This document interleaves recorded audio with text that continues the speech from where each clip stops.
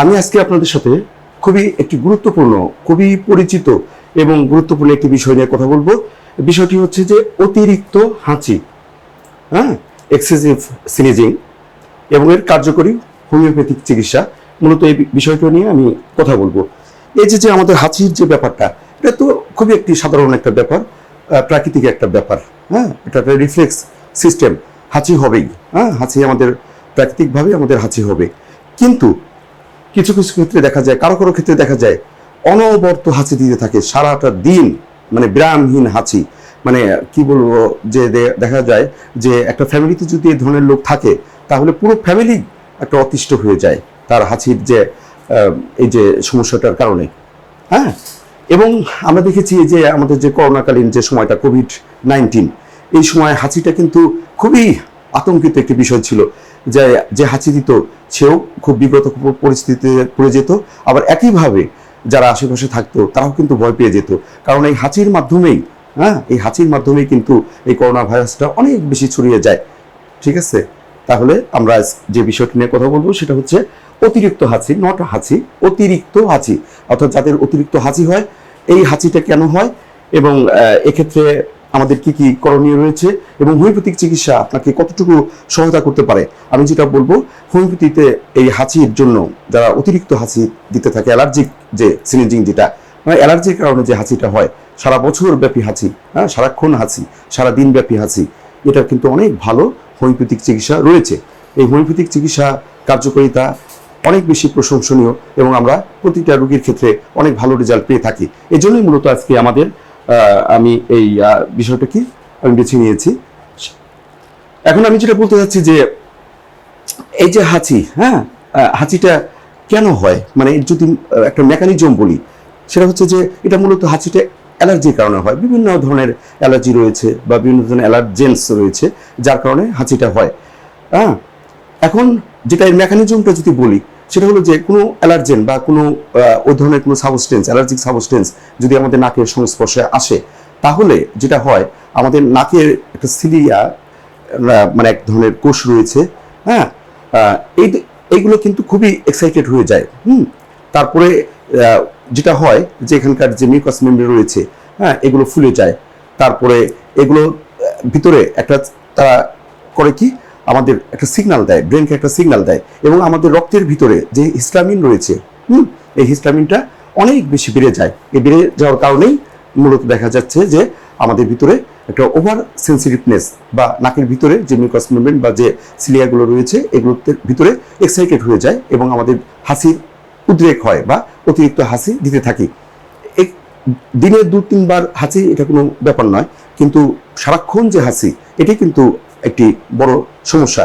হাসির ক্ষেত্রে কিন্তু অনেক, মানে হাসির একটা উপকারিতাও রয়েছে, অনেক উপকারিতা রয়েছে হাসির মাধ্যমে। মানে প্রতিবার যদি হাসি দিই, আমাদের দেখা যাচ্ছে যে 20 লক্ষ পর্যন্ত জীবাণু হাসির মাধ্যমে বের হয়ে যাচ্ছে।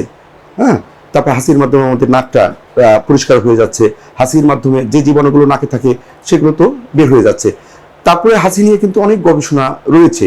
দেখা যায় হাসির যে গতিবেগ, এটা অনেক সময় দেখা যায় যে পার ঘন্টায় 150 কিলোমিটারের মতো।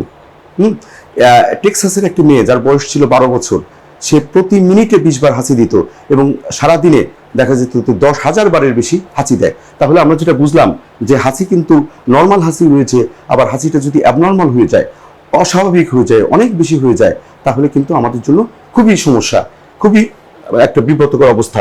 তাহলে এইগুলো মোটামুটি হাসির একটা মেকানিজম বা কেন হয়। আর হাসির যদি সাধারণ যে কারণসমূহ, মানে কি কি উদ্দীপক কারণ রয়েছে, এগুলো যদি বলি, তাহলে যেটা বলা যায় যে কারণ রয়েছে, সকালবেলা ঘুম থেকে উঠলো, পা ফ্লোরে দেওয়ার সাথে সাথে ঠান্ডা লেগে হাঁচি শুরু হয়ে যায়।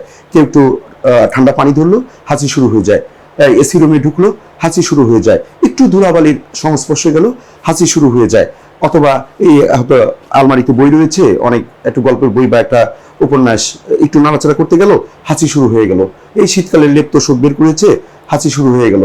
ঠিক আছে, তার মানে তারপরে আমার বাসায় হয়তো বিড়াল রয়েছে বা পোষা কোনো প্রাণী রয়েছে, এদের থেকে এদের লোমের সংস্পর্শে গেলে হাঁচি শুরু হয়ে যেতে পারে। এমনকি এই তেলাপোকা বা অন্যান্য যে পদার্থগুলো রয়েছে বা ইগুলো রয়েছে বাসায়, এগুলো থেকে হাঁচি শুরু হতে পারে। ফুলের রেণু, পরাগ রেণু, ফুলের সুবাস, তারপরে আপনার পারফিউম বা কোনো দুর্গন্ধ বা কোনো সুগন্ধ, রান্নার ঘ্রাণ, হ্যাঁ মরিচ অনেক সময় দেখেন না, মরিচ পুরো হলো, হাঁচি শুরু হয়ে গেল। অর্থাৎ হাঁচির এই শুরু হওয়া বা হাঁচি হওয়ার অসংখ্য অসংখ্য কারণ রয়েছে। কিন্তু তারপরে আবার এটাও রয়েছে, যেটি কারণ রয়েছে, বাবা মা ভাই বোনের যদি কারো হাঁচির সমস্যা থাকে তাহলে বংশ পরস্পরায় বাচ্চা কাচ্চার ভিতরেও এই হাঁচির সমস্যাটা চলে আসতে পারে। তাহলে আমরা দেখলাম যে হাঁচির কিন্তু অসংখ্য অসংখ্য কারণ রয়েছে। তারপরে হাঁচির সাথে কিছু লক্ষণ, শুধু হাঁচি কিন্তু এককভাবে হয় না, হাঁচির সাথে নাক দিয়ে পানি পড়তে থাকে, চোখ মুখ চোখে হয় কি হয়, চোখে চুলকায়, নাক চুলকায়, কান চুলকায়, তারপরে নাক বন্ধ হয়ে যায়, নাক দিয়ে পানি পড়তে থাকে, ঠিক আছে। আমাদের স্কিনে এক ধরনের র্যাশের মতো হতে পারে, আমাদের গলায় কফ হতে পারে, ঠিক আছে। এইভাবে হাঁচির সাথে কিন্তু আরো অনেক ধরনের সমস্যা আমরা পেয়ে থাকি, কাশি হতে পারে, ঠিক আছে। এইগুলো মূলত হাঁচির সাথে আমাদের বিভিন্ন ধরনের সমস্যা। এখন এই প্রতিরোধ যদি ব্যবস্থা বলি, তাহলে যেটা বলতে চাই যে হাঁচিকে যদি আমাদের প্রতিরোধ করতে হয় তাহলে আপনাকে প্রথমত খুঁজে বের করতে হবে যে কি কারণে আপনার হাঁচিটা হচ্ছে। ইন্ডিভিজুয়ালি এটা চেঞ্জ আছে, এক একজনের জন্য একরকম হয়, এজন্য আপনাকে খুঁজে বের করতে হবে। আমরা ডক্টর হিসেবে আমরা পেশেন্টদের বলি যে আপনি দেখেন যে আপনার কি কারণে হাঁচিটা হয়, ওই কারণটা যদি আপনি উদ্ঘাটন করতে পারেন বা কি কি কারণের জন্য হাঁচিটা হচ্ছে আপনার, হ্যাঁ, আপনার কি ঠান্ডার কারণে হচ্ছে নাকি ধুলাবালির সংস্পর্শ হচ্ছে বা বাসার কোনো ধরনের পরিবেশ এই যে পরিবর্তনের কারণে, যেটা সিজন চেঞ্জের কারণে হাঁচি হয়, অতিরিক্ত গরমের কারণে হাঁচি হতে পারে, অতিরিক্ত ঠান্ডার কারণে হাঁচি হতে পারে, হ্যাঁ, অতিরিক্ত ঘেমে যে হাঁচি হতে পারে, অসংখ্য কারণ রয়েছে। এই কারণটা আপনাকে উদ্ঘাটন করতে হবে, তাহলে সেইভাবে চিকিৎসা করলে কিন্তু আপনার হাঁচির এই সমস্যাটা চলে যাবে। তারপরেও কমনলি আমরা যেটা বলি যে আপনার যেটাতে সমস্যা হয় সেটাকে আপনি এড়িয়ে চলুন, সেটা থেকে আপনি দূরে থাকুন। ঠান্ডায় হাঁচি হলে ঠান্ডা থেকে দূরে থাকুন, হ্যাঁ, না তারপরে সিজন ভিত্তিক যে হাঁচিগুলো হয় সেগুলো থেকে দূরে থাকতে হবে, মানে সেগুলোর যে সমস্যাগুলো হয়, হ্যাঁ, অতিরিক্ত ঠান্ডা বা অতিরিক্ত গরম, অতিরিক্ত ধুলাবালি, এগুলোর থেকে আমাদেরকে দূরে থাকতে হবে। এবার তার এই জিনিসগুলো যদি আমরা মেনে চলি তাহলে দেখা যাচ্ছে যে আমরা হাঁচিটাকে মোটামুটি প্রতিরোধ করতে পারবো। আর ডায়াগনোসিস ক্ষেত্রে বলা যায় যে হাঁচি ব্যাপারটা মূলত যেটা হয় যে অ্যালার্জিক যে টেস্ট আইজি, এটা যদি অনেক বেশি বেড়ে যায় সেক্ষেত্রে কিন্তু অ্যালার্জির একটা প্রবণতা আমাদের ভিতরে থাকে এবং হাঁচি হয়। তারপরে স্কিন প্রিক টেস্ট রয়েছে, অর্থাৎ স্কিনে কোন কোন উপাদান আমাদের অ্যালার্জি সৃষ্টি করে সেগুলো আমরা টেস্ট করে আমরা হাঁচির এই কারণটা উদ্ঘাটন করতে পারি। তারপরে ব্লাড টেস্ট করতে পারি, আরও অনেক ধরনের টেস্টই আমরা করতে পারি। পরিশেষে যেটা বলতে যাচ্ছি যে হোমিওপ্যাথিক চিকিৎসা, আমরা কিন্তু অন্তত এই কোল্ড অ্যালার্জি, হাঁচি, সর্দি, কাশি, এগুলোতে কিন্তু আমাদের অব্যর্থ চিকিৎসা রয়েছে। অর্থাৎ আমাদের কাছে এই ধরনের রোগী অনেক আছে যারা অনবরত হাসি দিতে দিতে অস্থির হয়ে যায়। দেখা যাচ্ছে যে তার ছোট বাচ্চা হোক বা হাজব্যান্ড হোক বা ওয়াইফ হোক বা বাবা হোক মা হোক, একটা ফ্যামিলির কেউ এতে আক্রান্ত থাকলে পুরো ফ্যামিলিটা খুবই মানে একটা দুর্বিষহ একটা সমস্যার মধ্যে পড়ে যায়। এই জন্য বলতে চাই যে হাঁচির ক্ষেত্রে হোমিওপ্যাথিক ওষুধ খুবই ভালো কাজ করে।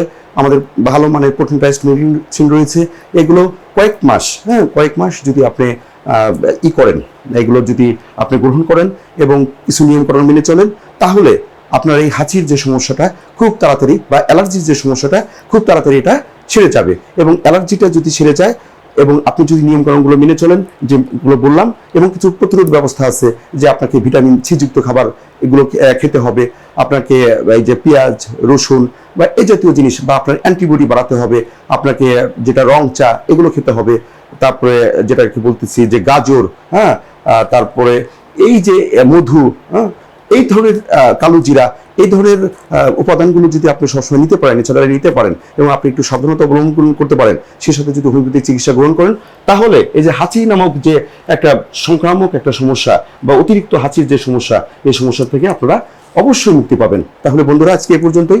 আপনারা ভালো থাকুন, সুন্দর থাকুন, আল্লাহ হাফেজ।